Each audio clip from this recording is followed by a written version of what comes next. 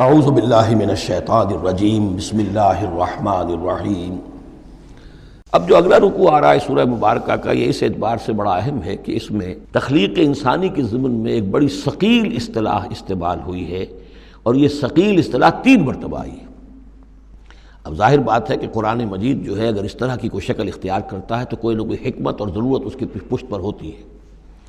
وَلَقَدْ خَلَقْنَا الْإِنسَانَ مِنْ صَلْصَالٍ مِّنْ حَمَإٍ مَّسْنُونٍ، اور یقیناً ہم نے انسان کو بنایا ہے اس مٹی سے جو سنی ہوئی تھی گارے کی اور پھر سوکھ کر کھنکنے لگی۔ حمأ مسنون، سنا ہوا گارا جس میں سے بدبو بھی اٹھ رہی ہو۔ دیکھیے یہ جو انسان کے مادہ تخلیق کے ضمن میں قرآن میں الفاظ آئے ہیں اب ان کو گنتے جائیے۔ نمبر 1 تراب، مٹی سے بنایا انسان کو۔ مٹی میں پانی مل گیا، گارا بن گیا، تو اس کو کہتے ہیں تین، من تین۔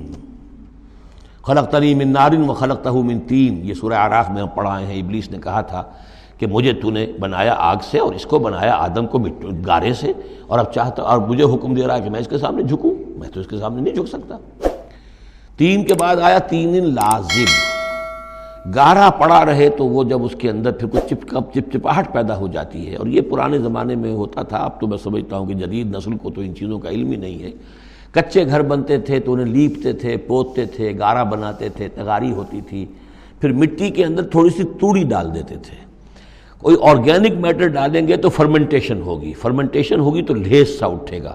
ورنہ یہ کہ گارا جو ہے اگر اس گارے سے اگر پلسٹر کریں گے تو وہ پھٹ جائے گا۔ لیکن جب وہ گارا ذرا سن جاتا ہے، اس میں لیس پیدا ہو جاتا ہے، تو پھر اب جب اس کے ساتھ لیپتے تھے دیواروں کو، میں نے تو اپنے بچپن میں یہ سب دیکھا ہے، ایسے گھروں میں ہم رہے بھی ہیں کہ جن میں یہی فرش بھی اسی طریقے سے لیپے ہوئے ہوتے تھے اور دیواریں بھی ہوتی تھیں، تو یہ کہ پھر اس کے اندر وہ ایک لیس سا پیدا ہو جاتا ہے فرمنٹیشن سے، وہ تین لازم ہے۔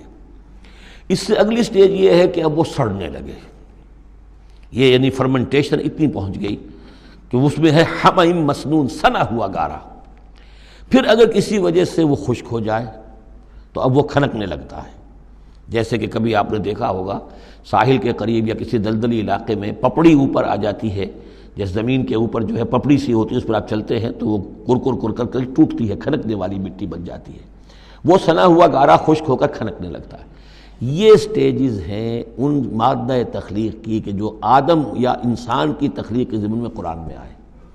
حالانکہ ایک لفظ بھی کفایت کر سکتا تھا، مٹی سے بنایا، مٹی سے بنایا، تین سے بنایا، گارے سے بنایا، پھر تین لازم سے بنایا، پھر حمأ مسنون سے بنایا، من صلصال کالفخار سے بنایا، اور صلصال من حمأ مسنون، پھر صلصال کالفخار آخری سٹیج ہے، وہ ایسے بجنے لگا جیسے کہ اب یہ جو ہے وہ آئے گا سورہ رحمان میں۔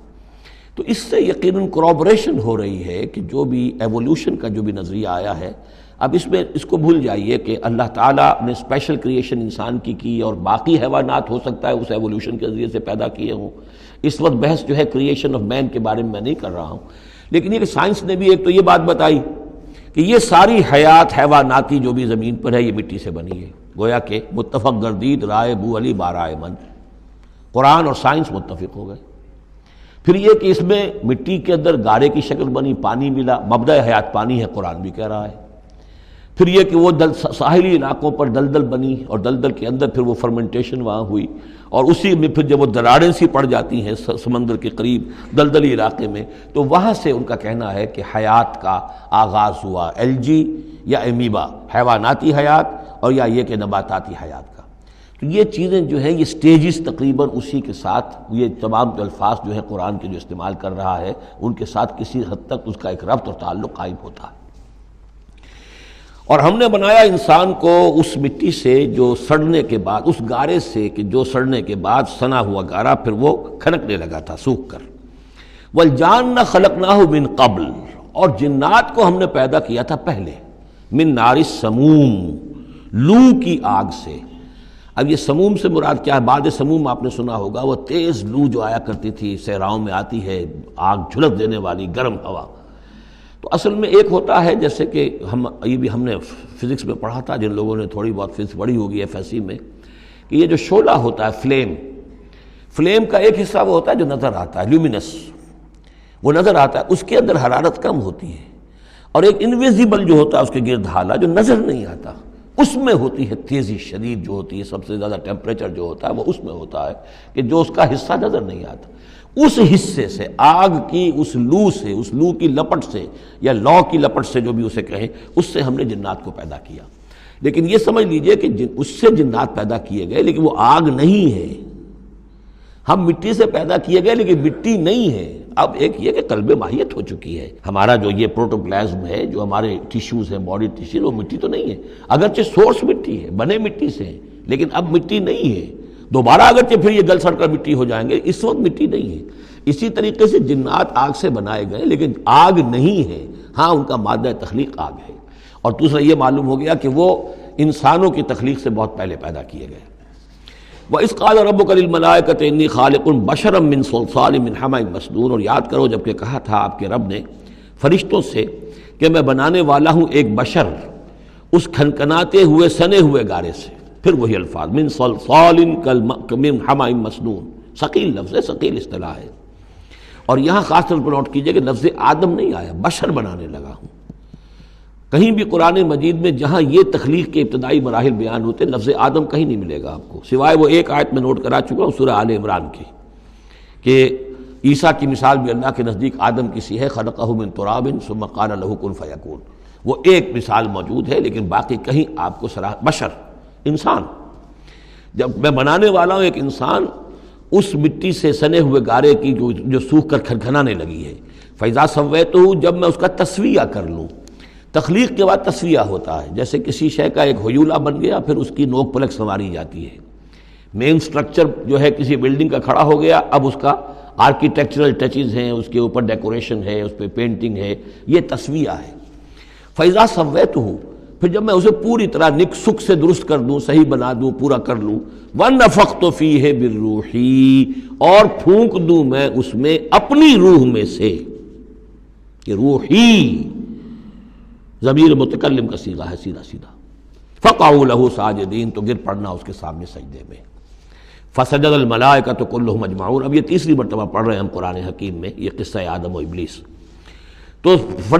کیا سجدہ سب فرشتوں نے، کل کے کل نے، سب نے مل کر، دیکھیے یہ جو ہے تاکید کی انتہا ہے، فرشتوں میں سے کوئی بھی مستثنیٰ نہیں رہا، نہ جبرائیل، نہ میکائیل، نہ اسرافیل، الا ابلیس، سوائے ابلیس کے۔ اور اس میں پھر گمان ہوتا ہے کہ شاید یہ بھی فرشتہ تھا، فرشتہ نہیں تھا، اس کی وجہ سورہ کہف میں مل جائے گی۔ ابا ان یکون مع الساجدین، اس نے انکار کیا سجدہ کرنے والوں کے ساتھ ہونے سے۔ قال یا ابلیس ما لک الا تکون مع الساجدین، اللہ نے فرمایا ابلیس کیا ہوا تجھے، کیا سبب ہے، تو کیوں نہیں ہوا سجدہ کرنے والوں کے ساتھ؟ قال لم اکن لاسجد لبشر خلقتہ من صلصال من حمأ مسنون، اس نے کہا میرے لیے یہ روا نہیں ہے، میرے لیے ممکن نہیں ہے کہ میں سجدہ کروں اس بشر کو جس کو تو نے پیدا کیا ہے سنے ہوئے گارے سے، جبکہ وہ کھنکھنانے لگا ہوا۔ قال فاخرج منها فإنك رجیم، اللہ نے فرمایا تو نکل جاؤ یہاں سے، اس میں سے نکل جاؤ، اس لیے کہ اب تم مردود ہو گئے ہو۔ وإن عليك اللعنة إلى يوم الدین، اور اب تم پر لعنت رہے گی یوم الدین تک، جزا و سزا کے دن تک، یوم بعث بعد الموت تک۔ قال رب فانظرنی الی یوم یبعثون، تو اس نے درخواست کی کہ پروردگار پھر مجھے ذرا مہلت دے دے، ڈھیل دے دے اس دن تک کے لیے جس دن کے یہ دوبارہ اٹھائے جائیں گے۔ قال فإنک من المنظرین، اللہ تعالیٰ نے اسی شان بے نیازی کے ساتھ فرمایا اچھا جاؤ ٹھیک ہے، تمہیں ڈھیل دے دی گئی، تمہیں یہ رخصت مل گئی، تمہیں یہ چھوٹ مل گئی، مہلت مل گئی۔ الی یوم الوقت المعلوم، اس وقت معین کے دن تک، یعنی یہ کہ اس وقت تک تم زندہ رہو گے۔ وہ ابلیس جو ہے جن، ویسے جنوں کی زندگیاں شاید انسانوں سے زیادہ ہوتی ہوں، میں نہیں جانتا کتنی ہوتی ہیں، لیکن یہ کہ کوئی اور جن نہیں ہے کہ جو اس وقت سے آج تک زندہ ہو سوائے اس ایک جن کے جس کا نام عزازیل تھا، اور یہ جن جو ہے وہ ابھی تک زندہ ہے اپنی اسی ذات کے ساتھ، باقی اس کی اولاد، اس کی اور نسل جو ہے، اس کی ذریت ہے، وہ اپنی جگہ ہے۔ قال رب بما اغویتنی، اب اس نے کہا پروردگار جو تو نے مجھے گمراہ کیا، اب نوٹ کیجئے وہ گمراہی کو اللہ کی طرف منسوب کر رہا ہے۔ بما اغویتنی، تو نے جو مجھے گمراہ کیا ہے، لأزینن لہم فی الارض ولأغوینہم اجمعین، تو میں اب ان کو، یعنی آدم کی اولاد، آدم اور حوا کی اولاد کو، میں زمین میں ان کو خوب مزین کر دوں گا، زمین ان کے لیے یہ اسی میں گم ہو جائیں گے، زمین اور اس کی چمک دمک اور اس کی رونقیں اور زیبائشیں آرائشیں ان کی نگاہوں میں کھب جائیں گی۔ وَلَأُغْوِيَنَّهُمْ أَجْمَعِينَ، تجھے بھول جائیں گے، یہ وہ لگ جائیں گے انہی چیزوں کے اندر، اور میں ان سب کو گمراہ کر کے چھوڑوں گا۔ لَأُغْوِيَنَّهُمْ اجمعین، سب کو الا عبادک منہم المخلصین، سوائے ان میں سے ان کے کہ جن کو تو اپنا خاص بندہ بنا لے، تو اپنا خاص بندہ بنا لے، مخلص کر لے، یہاں پہ وہی نوٹ کیجئے مخلص ہے، مخلصین، جن کو تو خالص کر لے اپنے لیے، ظاہر بات ہے کہ اس پر تو میرا زور نہیں چلے گا، باقی یہ کہ میں کسی کو چھوڑوں گا نہیں۔ قال ھذا صراط علی مستقیم، اللہ تعالیٰ نے فرمایا ٹھیک ہے، یہ راستہ ہے میری طرف سیدھا، یعنی یہ میرے اور تمہارے درمیان معاملہ طے ہو گیا، میں نے تمہیں چھوٹ دی، تم اپنا زور لگا لو، جس طرح بھی چاہو بہکا لو، باقی یہ کہ ان عبادی لیس لک علیہم سلطان، میرے بندوں پر تجھے اختیار کوئی نہیں ہوگا، یعنی اختیار کسی بھی انسان پر نہیں ہے، یہ نہیں کہ جس کو اللہ نے مخلص کر لیا ہو اس پر اختیار نہیں، اختیار اسے کسی بھی انسان پر نہیں ہے۔